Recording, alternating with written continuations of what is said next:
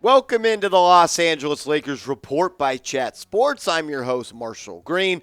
In today's show, we're going to break down the latest trade rumors surrounding your Los Angeles Lakers.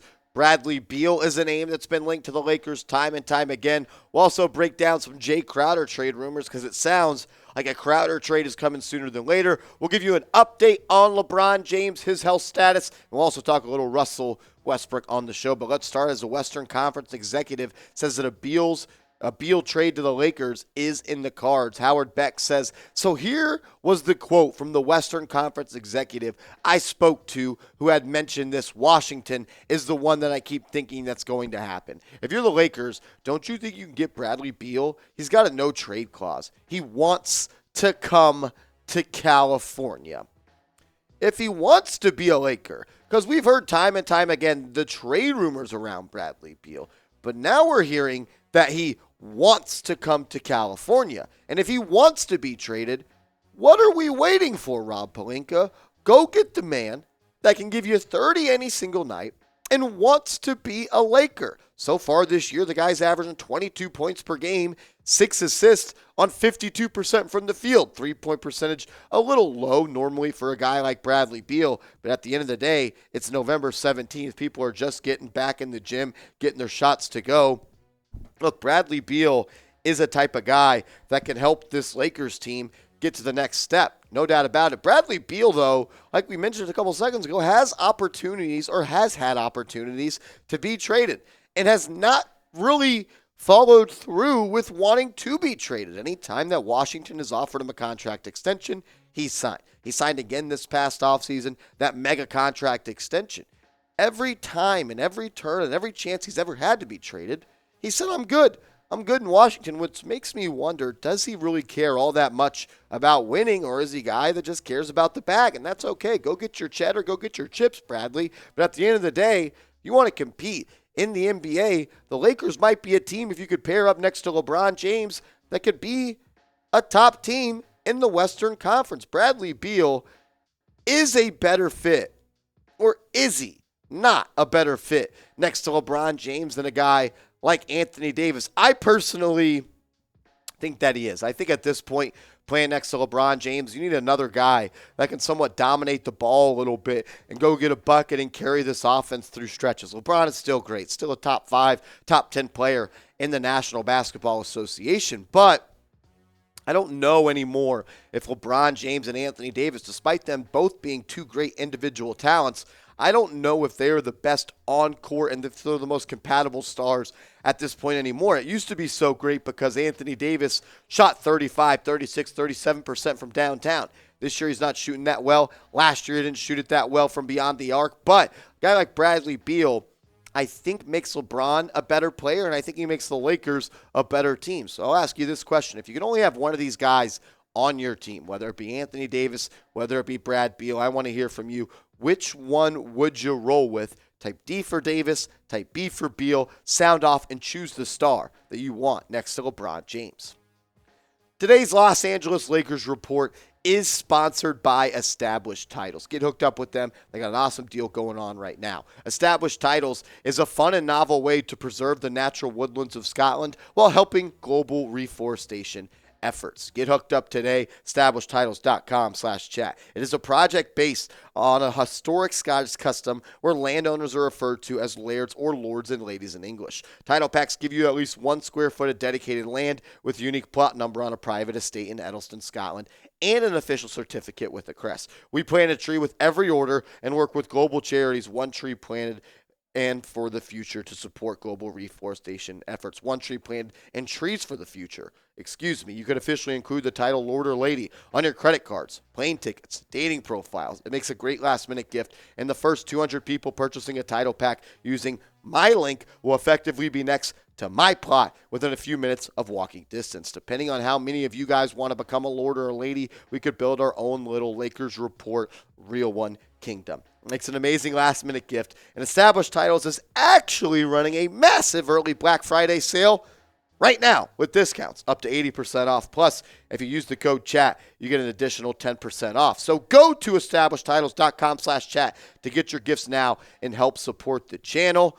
Look, no reason not to get started. They're pretty much giving you 80% off plus the extra 10. Grab a plot of Scottish land next to me. Take advantage of the deal. It won't last forever. Holidays are here. You don't want to go out and do holiday shopping. Get hooked up with Established Titles, establishedtitles.com/chat. Are the Lakers still getting calls on a guy like Russell Westbrook? We've talked about Russell Westbrook trades, destinations, trade ideas, every rumor in the book. We've talked about it on Westbrook. But has Westbrook's new role helped increase his trade interest and trade value across the NBA? Does him coming off the bench, and I would say kind of playing well in that role, make him more appealing to other teams? This is what Chris Haynes of Bleacher Report had to say about the Brody. He said, with Westbrook's thriving in his new role as a sixth man, the Lakers are now receiving calls about his availability, but talks are not at a serious stage. Off the bench in 9 games so far this year, he's the sixth man of the year by a mile. I mean, the guy's averaging 18, 8, and 5 off the bench and shooting 45% from the floor. I know I'm not the biggest fan of Westbrook. I know a lot of you guys are. I know a lot of you girls and guys are not. But at the end of the day, you lords and ladies don't like Westbrook. Some do, no doubt about it. But if you shoot 50% from the field, 45, and you're giving me 18 and 8 off the bench, you don't find much better than that in the NBA.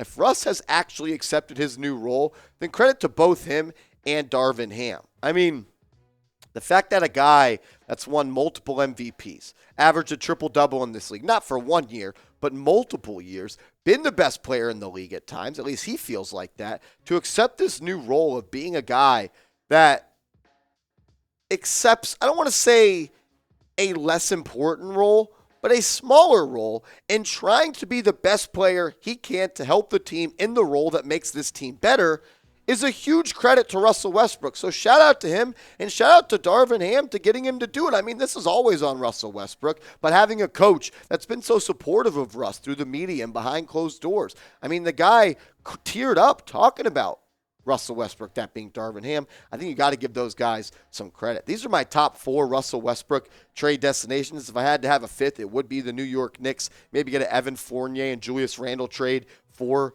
Westbrook. But I think the Jazz are still going to be interested. I don't think them winning games is going to last too much longer. I don't think they're going to be in contention for Victor Wembanyama, but I don't think they're a playoff team. I think the Indiana Pacers are still a destination. We've talked about the Miles Turner and the Buddy Hield stuff. Charlotte Hornets have always been linked, and the San Antonio Spurs, another team that could use some, expiring salary of $47 million as they have looked to not really compete this year after trading DeJounte Murray. Is it worth keeping Russ for the season, though? If he plays like this and he continues to be a good teammate, he continues to be a guy that wants to come off the bench. I don't know if wants is the word, but is productive in that role, then yeah, I kind of think it is. But because at some point you're still going to have to attach multiple assets to get rid of Westbrook. Kind of a one-step back, two-step forward type of thing. Well, look, I'll ask you this. Should the Lakers trade or keep Russell Westbrook? Be the GM. Be Rob Pelinka. Type T for trade. Type K for keep. And I'll let you know, we are not stopping our coverage here of the Los Angeles Lakers on the Los Angeles Lakers Report by Chat Sports. So go down right now, hit that big red button, join the squad. We're putting out Lakers videos almost every single day. We love you. I know you guys are going to love this channel. Lock us in, hit that big red button. Could a Jae Crowder trade be coming up? That's what a lot of NBA insiders are saying, that progress has been made on a Jae Crowder trade, a guy that just has kind of his time run out in Phoenix. He's had a disagreement with the coach, the front office. He wants out. He's not even with the team right now. A guy that's still a good player and a guy that's been a championship piece and a veteran in the playoffs that's played big minutes. Jake Fischer tweeted this out yesterday. He said there was appearing to be a deal that was being close to finalized, which would have been a 3-team deal involving Jae Crowder, which was prior to yesterday's game. Didn't happen, but that makes me feel like a trade is still right there. I think they're on the doorstep of a trade happening. And could the Lakers be a team that tries to get involved in Jae Crowder? I mean, he kind of gives you everything that you don't have. A veteran wing that plays defense and knocks down shots. The guy's played in over 100 playoff games in his NBA career. Getting open looks from a guy like LeBron James would definitely help this team and I think make this team better. Crowder can help any team. This is a guy that can play defense on the best wing defender. He's a good teammate. He's a good locker room guy. He's a competitor. He's about defense. He's about toughness. He's played in some of the biggest games. He's hit some big shots. This is a guy that can make the Lakers better. Does he make them title contenders? No, but it's baby steps in the right direction. If you can get him for a cheap package, the Lakers should be all in on a guy like Jae Crowder. But I think it's a good point. Would Phoenix help a Western Conference rival? I'm not sure. I think Crowder gets traded to a team out east. That's just kind of the struggle of doing business sometimes in the NBA. I wouldn't call the Suns necessarily a rival, but they're competition to the Lakers, and would the Suns be willing to essentially make the Lakers better? I'm not exactly sure, but if you could get your hands on him, pause, I would definitely think about making a trade if you're the LA Lakers. What about you, though? Would you trade for Jae Crowder if you're Rob Pelinka? Would you do it? Go down in the comment section. Type Y for yes. Type N for no. I do want to tell you guys about LeBron James. He is officially questionable for the upcoming game for the Los Angeles Lakers. Missed a couple games. This upcoming game against the Pistons, LeBron James is questionable for that. They need him back. I mean, they need him back, no doubt about it. Best player in the world. Some people still might say best player ever. This is a guy that the Lakers are better when he's on the court.